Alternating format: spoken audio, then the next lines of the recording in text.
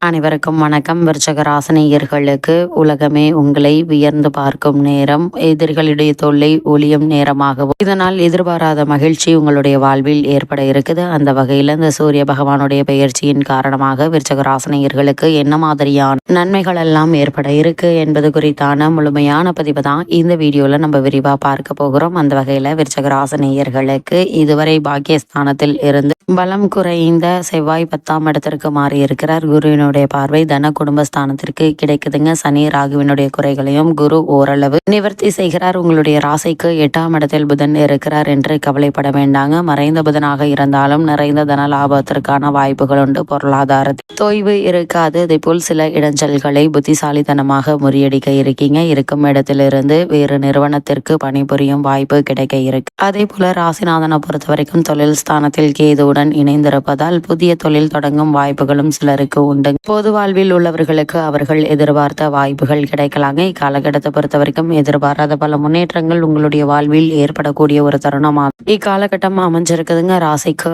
6ல் சுக்கிரன் இருக்கிறார். வரையாதிபதி 6ல் மறைவது நல்லது என்றாலும் தேவையில்லாத கவலைகளும் அவர் தருவாருங்க. பெண்கள் விஷயத்தில் அதிக கவனமாக இருங்க. குறிப்பா உடன் வேலை பார்க்கும் ஊழியர்கள், குறிப்பாக எதிர்பாலினத்தவருடன் பழகும் போது எச்சரிக்கையாகவும் கவனமாகவும் இருப்பது நல்லது. அவர்களுடைய சொந்த விஷயங்கள்ல தலையிட வேண்டாம் என்பதையும் கிரக நிலைகள் மீண்டும் மீண்டும் அறிவுறுத்துதுங்க. அதே போல இக்காலகட்டங்களை கெட்ட பெயர் எடுப்பதற்கான வாய்ப்புகள் இருக்கு என்பதை கிரக நிலைகள் உங்களுக்கு முன்கூட்டியே அறிவுறுத்தும் பட்சத்தில் எச்சரிக்கை மிக மிக நல்லதுங்க. உங்களுடைய ராசிக்கு 4ஆம் இடத்தில் சனி ராகு என்பது மன உளைச்சலை தரும், நிம்மதியை குறைக்கும். அதுவும் செவ்வாய் பார்க்கிறார் என்பதால் எதிலும் அவசரப்படாதீங்க. பொறுமை கவனம் இரண்டும் தேவை. சுபகாரிய தடைகளும் உண்டு. கணவன் மனைவிக்குள் கருத்து வேற்றுமை ஏற்படுவதற்கான வாய்ப்புகள் இருக்கு என்பதை கிரக நிலைகள் அறிவுறுத்தும் பட்சத்தில் ஒருவருக்கொருவர் விட்டு கொடுத்து அனுசரித்து நடந்து கொள்வது நல்லது என்பதை கிரக நிலைகள் மீண்டும் மீண்டும் உங்களுக்கு தெளிவுபடுத்துது.